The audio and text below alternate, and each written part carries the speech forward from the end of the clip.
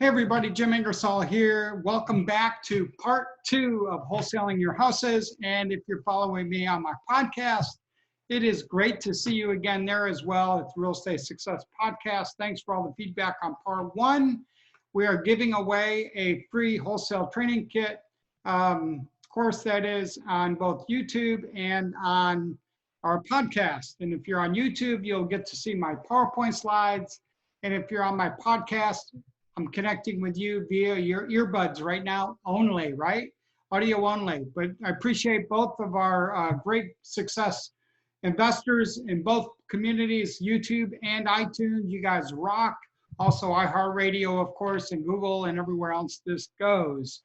It's great to see you guys again. And today we're going to dig into finding motivated sellers via lead generation. We're going to talk a lot about list building, how to stack a list, what kind of list to go get, what to do, how to communicate with motivated sellers. We're going to talk about cold calling, RVMs, with voicemails, a little bit about direct mail. We're going to talk about warm calling, cold calling, and all those great marketing things. I always say NSM. You guys that have been following me a long time know that NSM stands for Never Stop Marketing. And today is all about marketing, because a motivated seller is the first step to a great deal. Now follow me all the way through to the end on this video, and there's parts of this that are gonna go a little bit fast. You're gonna wanna probably watch it or listen to it 2 times today. Thank you guys that have been sharing our content, leaving me comments, questions, all that great stuff. You guys are all rock stars. And now I'm gonna share my screen right here, and we are gonna get this party started right there. It's all that in a bag of chips. That's exactly what Barb and Kevin Thomas are probably thinking right now. All right, so this is all about wholesaling, and today is all about finding deals, creating deal flow, sourcing off-market deals. And you're gonna wanna follow all the way through this. Part 2, motivated sellers, lead generation, wholesaling houses. Thank you guys all for encouraging me to do this and give this training away for free. Is super awesome. I'm happy to do it, but you guys are the ones that make it happen. So when you guys are out there doing deals, that's what makes me smile, and I'm happy to do it. Again, I just want to dig into part 2 today. Is going to be all about sourcing deals and lead generation. Next week, part 3, I'm going to talk about qualifying your deals, like screening your calls. How can you tell if a seller is motivated, warm call, cold? Are they ready to sell right now? What are the triggers that allow you to connect with the seller, how to build rapport, all those awesome things. We're going to talk about buyer's list, closing deals, and so on, all in part 3. So how do you make sure that you get part 3? You subscribe to my YouTube channel, you subscribe to iTunes or wherever you're listening to, and turn on your notifications. Do it. So every great deal starts with a motivated seller. Here are some of the motivated sellers that I've worked with in the recent past. You know, every motivated seller has a reason that they're going to sell you their house below market value. It's typically going to be because it needs work, right? Their house doesn't compare to houses with brand new kitchens and bathrooms and roofs and HVAC and nice granite countertops and brand new stainless steel appliances. They're typically more like the guy on the right here, Ron, who is a burned out landlord. See, I don't know if you can see it, but those are trash bags behind his house that he's cleaning up from his tenant. Or maybe some of these others that are in the picture here with Cheryl and I. Maybe it's Pete in the bottom right or Crystal in the bottom left. Death, divorce, job loss, tired out, burned out, sick of being a landlord, sick of toilets backing up, sick of tenants not paying them, cannot maintain the property, don't have the capital needed to fix up the property. They need a solution, and we as the real estate investor and the wholesaler can be that solution. So I want to remind you right now, as you have questions, as you come up with aha moments or comments, if you're watching on YouTube, leave those questions immediately for me and I'll be happy to answer them. I've been answering lots of them. Hit subscribe, If you're in iTunes or iHeartRadio or Google Podcast, leave me a review, pretty please. I really appreciate it. We've been getting some recently, and it's been great to see. And if you're already in my Facebook group, Real Estate Investor Success, thanks for being my rock star. And if not, join me there, because we continue this discussion of sourcing off-market deals. So thank you all. Hit subscribe, turn on the notifications so you don't miss part 3. All right, buckle up. Here we go. We're going to talk about bandit signs. D4 with a $sign means driving for dollars. Okay, we're going to talk about doing that the right way. I'm going to talk to you about warm calling. I'm going to talk to you about cold calling, the differences, and why warm calling is a lot easier. By the way, Nick, thank you for taking action on my warm calling challenge and picking up $40,000 of equity recently. You're a rock star, and I'm super happy for you.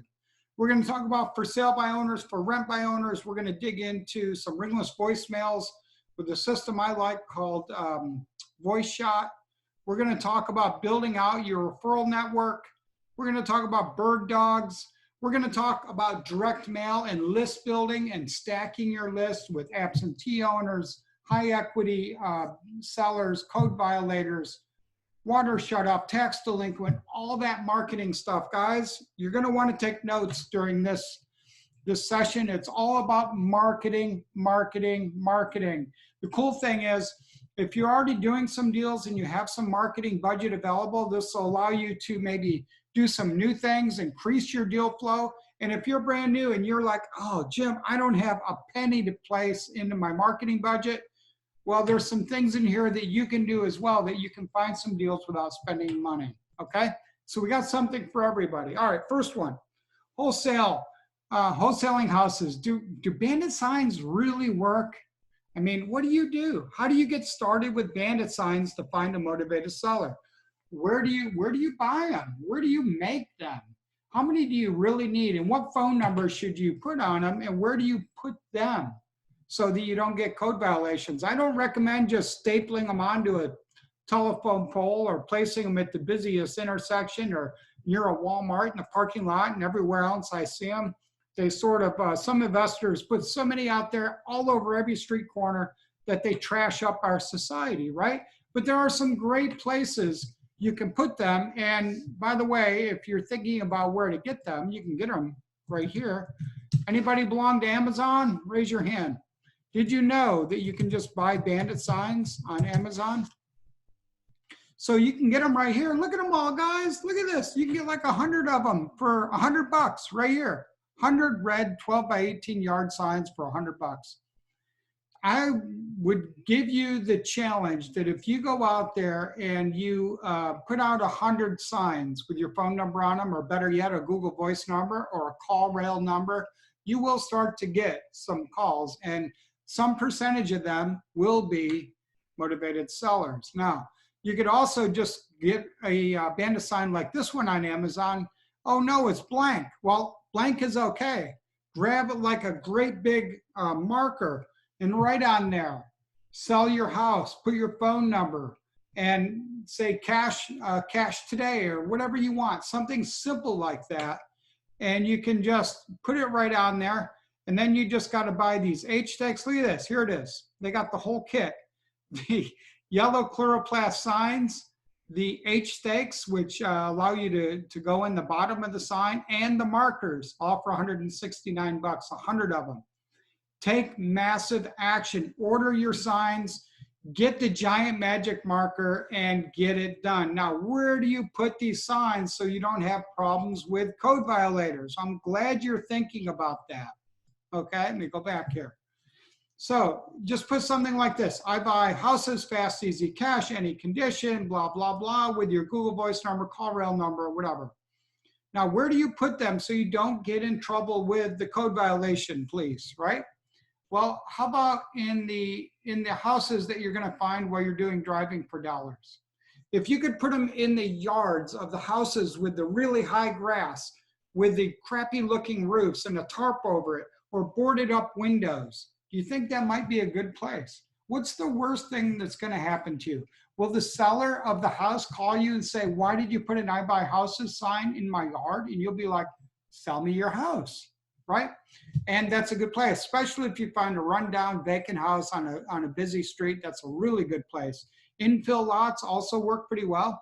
So instead of littering up the street corners, stapling them to telephone poles, think about who you're targeting and put them in your target property, the rundown houses that you see. Now, how many do you need? What phone number do you use? I recommend getting a Google Voice number that will just forward over. It takes about 5 minutes to set up Google Voice, and it's free. Now, if you're more advanced and you want to track your marketing, then go to CallRail, have one for the north side, one for the west side, whatever. Track your numbers. How many do you need? I always recommend you put a whole bunch of them within a small radius or diameter on the map. Draw a circle on your map or on your Google Maps nowadays and say, where can I put these things? And try to get like 10 of them out in a half a mile or 1 mile diameter. And that's where you put them, get them out there, get them working. If you don't want to go place the signs yourself, hire somebody. You should be able to hire somebody, you know, like 50 cents a sign or something like that. And there's a really cool app also you can get on the App Store that allows you to track your signs. It's got geo-tracking. And when they place it, the sign where you want it, they'll take a picture of it. It's tracked. You know it's really out there. So Bandit signs do work. I don't recommend stapling them onto the telephone poles and littering up every street corner. Use them strategically. Use them different than all the other investors in your market. What part of Bandit signs make you nervous? What do you like about using them? Have you found a deal from them? Leave me your comments. Thank you. All right, driving for dollars. Who likes driving for dollars? Leave me a comment. Tell me how it goes. Now, you can use the app deal machine if you want or whatever you want, but this is like old school driving for dollars. So you're driving down the road and you see this house on the bottom left. Do you think there's some boards over the window and it needs a roof on that crappy fixer-upper? I'm thinking yes. So what I like to do is leave 2 to 3 notes on the house. I like to leave them on a mailbox and on both doors. This house doesn't even have a mailbox, so maybe you just staple it on the front door. But you get the picture. What you do is just leave a little note like the one in my PowerPoint here. It says, I want to buy your house this week for cash. As is fine. Call me ASAP. While you're there, you can also, I recommend you talk to the neighbors. They may know the seller. Take a picture of the house with your phone. Click. Takes about 8 seconds, right? Write down the address. So it's 123 Main Street, Richmond, Virginia. When you get back to your house or your office or your car, look up that property in the tax records. It's very easy to do. Just Google your city and online tax records. So if you're in Orlando, you just put into Google Orlando, Florida online tax records, you'll get them. When you go to the online tax records, it's very easy to get the information of the owner. So you know who the owner of that house is and you know where they live.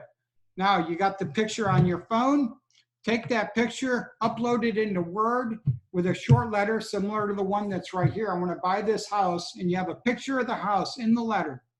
Mail it through the mail, and when they get a picture of their house in their mail, you're going to catch their attention. It really always catches their attention, right? Can you imagine getting a letter in the mail at your house and there's a picture of your rundown, boarded up house? Now, they are likely to call you. So now if they don't, you can always skip trace them, which I'm going to come back to in a little while, and just get them on the phone. Always knock on the door. Here's the other thing. If it's a house you absolutely love, say it's a multifamily property with 4 apartments, are all boarded up, and you'd love to buy it. It's in a great location, it's gentrifying, whatever. Why don't you have the guts to pull up the tax records, see where they live, and go knock on the door of the owner's house? Be different than every other investor in your area.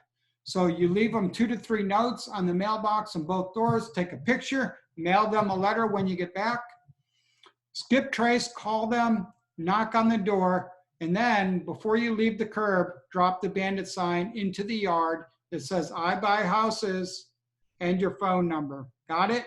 That's how you drive for dollars effectively. And you don't just drive in your car willy-nilly all over Jacksonville. I mean, you really get focused on what you're looking to do and follow a process. This is a process. It's easy to follow, but there's 6 or 8 steps right here on my PowerPoints. Got it? Who has been doing driving for dollars and how has it worked out for you? Leave me your comments. All right. Let's talk about warm calling because nobody does. Everyone talks about cold calling. Ooh, cold. I mean, cold calling is cool. It works. It really does. But it's really hard for beginners to get on the phone with a totally cold call. It's very uncomfortable when you're starting. So if you're newer, what I recommend is you do warm calling. It's so much easier. Now, who are you going to call? Not the Ghostbusters, right? You're going to call for sale by owners and landlords. Now, where are you going to find them? I like finding them right on Facebook Marketplace, Craigslist, Zillow, Military by Owner, and GoSection8.com. 5 places. This was my challenge to Nick last month. I said to the whole room I spoke to, like 100 people, and I challenged all of them to do nothing but warm calling for the next 2 weeks with these 5 sources. Nick called me the next day and said he picked up a house with $40,000 of equity.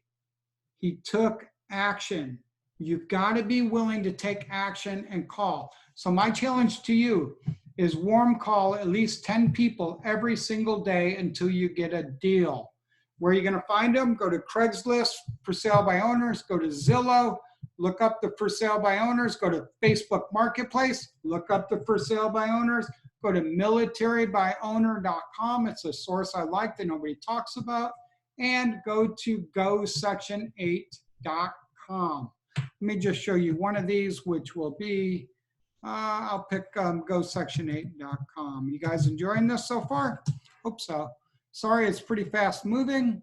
So here is GoSection8.com. And let's just, let's pick Orlando, Florida, since I'm feeling kind of warm like I'd like to be warm these days. And so here is GoSection8.com. And what I want to do is go by the pricing. So I'll go low to high. So I want the cheapest Section 8 houses in Orlando. And I'm not looking for these apartment complexes like this. What I'm really looking for is houses. So let me go up a little further.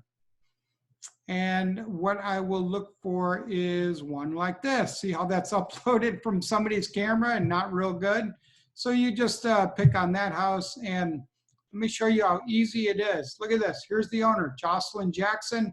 Phone number is right there. By the way, that is this is Orange County. Oh yeah, Orange County, Orlando. So you got the owner's name, you got the owner's phone number, and you can easily send a message right here through the system. And you can say, hey, Jocelyn, I see your house on GoSection8.com. I'm interested in buying it. If you are interested in selling it, then let me know. And by the way, when you get a hold of Jocelyn, what if she says, no way, I'm not interested in selling? And she says, why are you contacting me? Well, you could say, because if you're not interested in selling that house in Orlando, would you like to buy another one just like it? And she'd be like, I love being a Section 8 landlord. So of course I want to buy another house just like it. Then you add her to your buyer's list and go find her a house just like it. Maybe right here on GoSection8.com. Got it? GoSection8.com is a powerful website. It's an unusual way to reach out and find sellers that nobody else really talks about. Military by Owner also is a really good one, especially if you live around military bases where people buy houses with VA loans and then they can't stay, they get transferred to another base or whatever it is. All right, there's a whole bunch right there. So what if you want to go out there and start cold calling? Who are you going to call? So if you're going to cold call, you've got to really embrace being uncomfortable, and you may want to consider ringless voicemails, RVMs, text blast through Lead Sherpa, and I'm going to go through each of those in just a minute. because they're all really important. But here's the thing with cold calling, RVMs, and text blasts.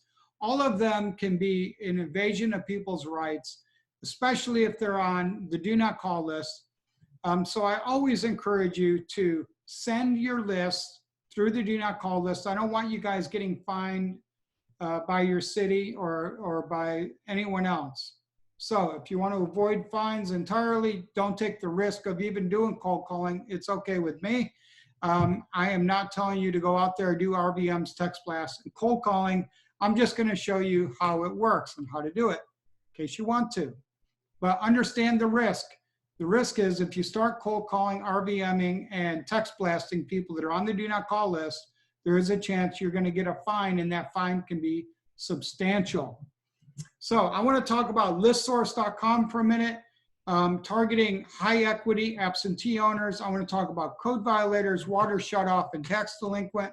But I want to start with good old fashioned listsource.com. Let me get it up here. Again, it's listsource.com. If you guys have been using listsource, it's a great way to build a list. So we talk about stacking your lists and all that kind of thing. I'm just going to show you one list you can do in listsource. So the first tab is geography, and what you want to do is you can do it by an address. You can draw a circle, a trapezoid, all that kind of stuff. Let's just do it by zip code, okay? And then you just pick a state. I'm going to go ahead and pick Virginia since I'm in Virginia. And here are all the zip codes in Virginia. And I will just pick one in a second here. 23223. Add it.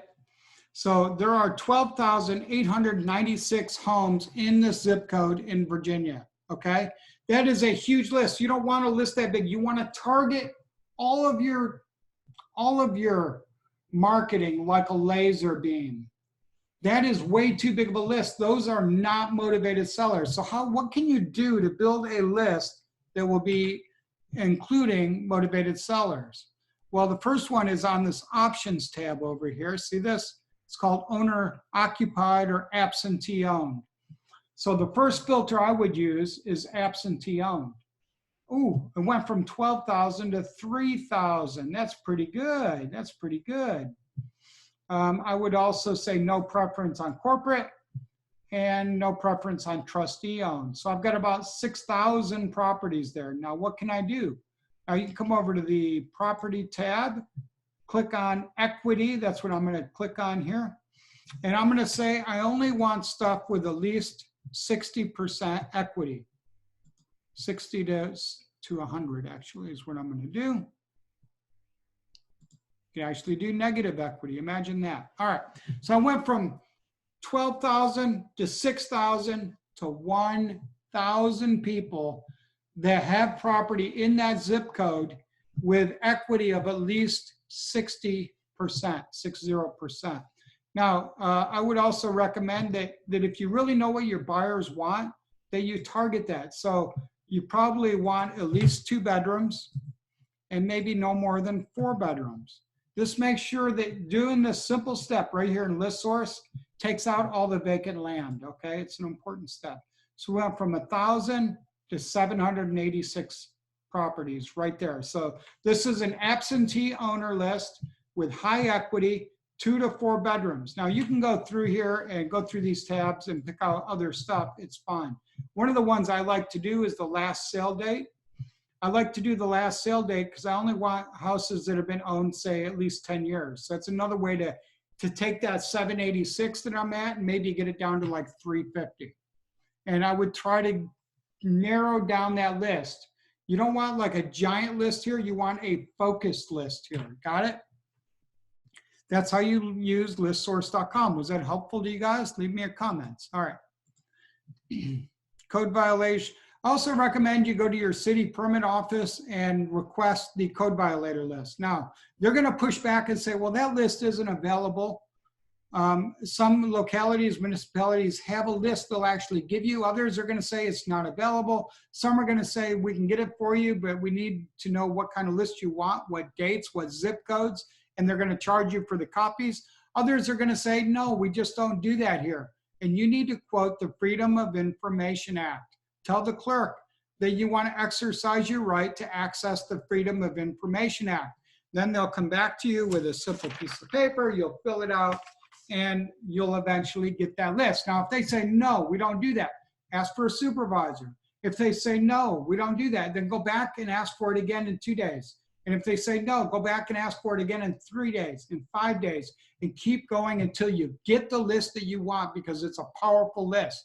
These are people that have code violations on their house. They're about to be fined, and they need solutions. They may not have the money to do the repairs needed for the code.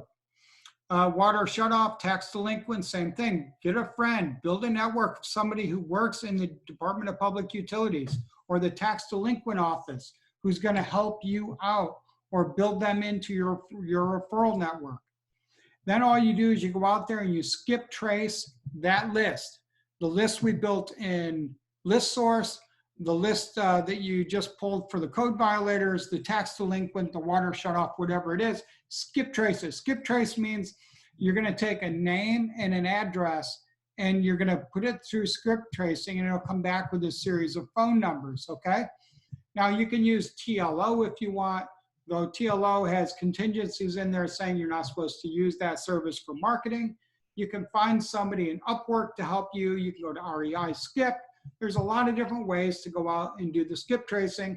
And if you need help with that, just leave me a comment and I'll help you out. Okay, so now you've got a long list of 300 people or 600 people in your target zip code that are high equity, absentee owners with at least 2 to 4 bedrooms. You've got their phone numbers, you've got their names, and you got their address. So you know who owns the house, you know where they live, and you know what their phone number is. What are you going to do? There's some options. You can do direct mail, you can do cold calling, you can do ringless voicemails, or you can do text blasting. And I've already warned you with all kinds of disclosures about cold calling, RVMs, and text blasting, saying you could end up getting fined, so you take that risk on your own. You can also do this with people that are renting houses. By the way, I mentioned earlier, call 10 of them. You could put them into a ringless voicemail and just say, hey, I see you're renting this. Call me back if you're interested in selling instead of renting. Now you can go to voiceshot.com and it's the one I've used before. It works really well. Nobody talks about VoiceShot, but it's been around about 15 years. Very easy to use. You just put your phone numbers and names into Excel, you upload it, record a short message, schedule the delivery when it's going to go out. And I would be careful. My only recommendation here is it's a very effective way of getting people to call you back. So I would do shorter lists, like less than 100 people, like once every hour type thing. If you send out to VoiceShot a list of 1,000 people, all of them go out at 10 a.m., you are going to be blitzed with people calling you. All right. Always run all of your lists, your skip trace lists, through the do not call list. Also recommend you run it through what's called the litigationscrub.com, which is just kind of people that chronically complain about the people calling them from the do not call list and litigators. So do that. Do not contact people that are on the do not call list. Have you heard me say that? All right, if you're looking for a way to text blast, Lead Sherpa is a good one. It's LEAD, Sherpa.com. It's pretty good, pretty cost-effective way to get out there and take that same list that you've already skip traced. Actually, they offer skip tracing, so you could skip trace and text all the people right there, and just text them a picture, something simple like, my name is Jack or Jim. My name is Jim. I'm purchasing a few properties in the Richmond area, wondering if you'll consider selling your property. I purchase all cash as is, provide a quick close, text back if you want a fast, easy sell. Simple. Just always run that through the do not call list. Got it? Okay. Direct mail. Now again, you can take that same list that you built in listsource.com and without cold calling, without texting anybody, without blasting them with ringless voicemails. You can also just send them old school yellow letters and postcards. It still works. I always recommend, people ask me like, how many yellow letters do I need to send out? How many postcards? Well, how about an uncomfortable amount? I want to challenge you guys on marketing. If you've got deal flow and you want more deal flow, then I recommend that you send out more direct mail than you're even comfortable with. Now, what else? What else can you do beyond building a list and contacting everybody on that list and doing warm calling, ringless voicemail, text blast, all that stuff? How about if you build a bird dog network, or you get a little simple card like this one that I've used in the past saying, make 500 bucks helping me buy some houses. Hire and train bird dogs. You can go to Craigslist, Facebook jobs now is an easy one, and let people know that you are looking for help as a property locator. This is how your program works, and so on. And if you want a really very easy training on, more detailed training on bird dogs, just email me, Jim Ingersoll at Verizon.net. Works very, very well. Or just leave it in the comments and I'll get it to you.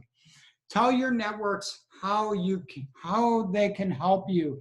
Ask on Facebook Live. Go to Facebook Live, make a video, and tell people you're paying 500 bucks for them to help you do that. You can see I did that here on a video on the bottom, and it reached 7,400 people, and you can buy houses that way.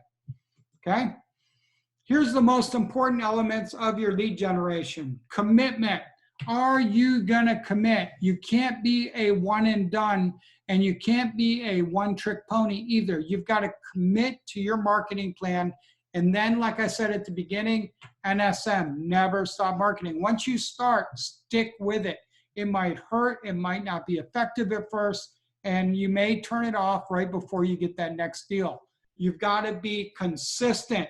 Don't be like the huge peaks and huge valleys on your marketing.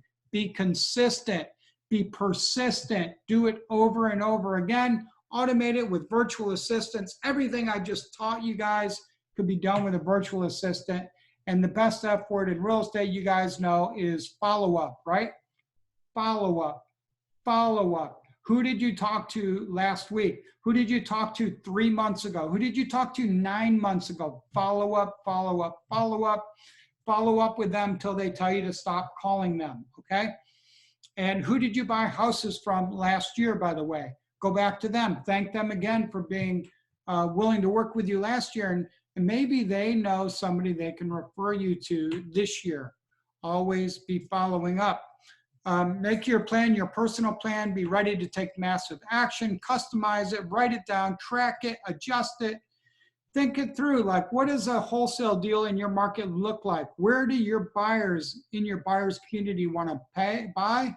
Where is the gentrifying areas, the revitalization? Where do the landlords buying? Where are the flippers buying? What do those deals look like and what price points? And so you know where to target that marketing, what zip code, what subdivision, what location, where do they want to buy and how are you going to find it? Now, everybody's got one of three marketing budgets: no budget, low budget, moderate budget, okay, or a huge budget if you're doing hundreds of deals. So the free plan is set up your Google Voice today, set up a very basic voicemail, and go to your courthouse to visit probate. See, I haven't talked about probate yet, but probate is powerful. You need to learn how to do it. You can just walk into your courthouse, ask where the records room is, and get some help on how probate works. Take a old school notebook and a pen because you can't bring your cell phone into most courthouses. Get those lists, build that list. While you're there at the courthouse, take a look at the eviction schedule that's on the wall for people going to court that morning. Ah, that's another list, right? Figure out, like look on the wall of the courthouse and how it's scheduled. Who are the landlords in there battling their tenants? That's a good time to buy a house and a good way to find a motivated seller. So go to your courthouse, go to your, I said earlier, go to your permit office, learn how your city works, how the courthouse works. It'll help you out. I said go to your code violators, find the burned out landlords, look for the for rent signs, go to Craigslist, Zillow, Marketplace, in Facebook, all these places. update your social media status to a Facebook Live video, driving for dollars, get your bird dogs coming, order your Bandit Signs, set up your voice shot, and get those direct mails out. That was a lot. I told you guys to buckle up. There was going to be a lot coming your way. So what are your questions? What are your comments? What part of marketing have you used that's worked out well that you'd be willing to share? What is your fear? What is your uncomfortable points about marketing? Leave me your comments. Hit subscribe, turn on the notification so you don't miss part 3. Join our Real Estate Investor Success Facebook group, and I'll see you there. Again, I'm Jim Ingersoll. I'm glad you're enjoying part 2 of my wholesaling course, and I wish you guys all the best. And get out there. If you've never done a deal, start with warm calling. Call for sale by owner, call landlords, and see if they're interested in selling. If you're nervous about getting on the phone, then just send them messages through Facebook, through gosection8.com, militarybyowner.com. Go back, watch this again, and look for the stuff that I showed you that's free and easy. Cold calling is risky and tough. Warm calling is easy. So start there if you've never done a deal. Let me know what you guys think of this session today. Thanks for tuning in. Be looking for part 3. Turn on that notification so you don't miss it. See you guys later.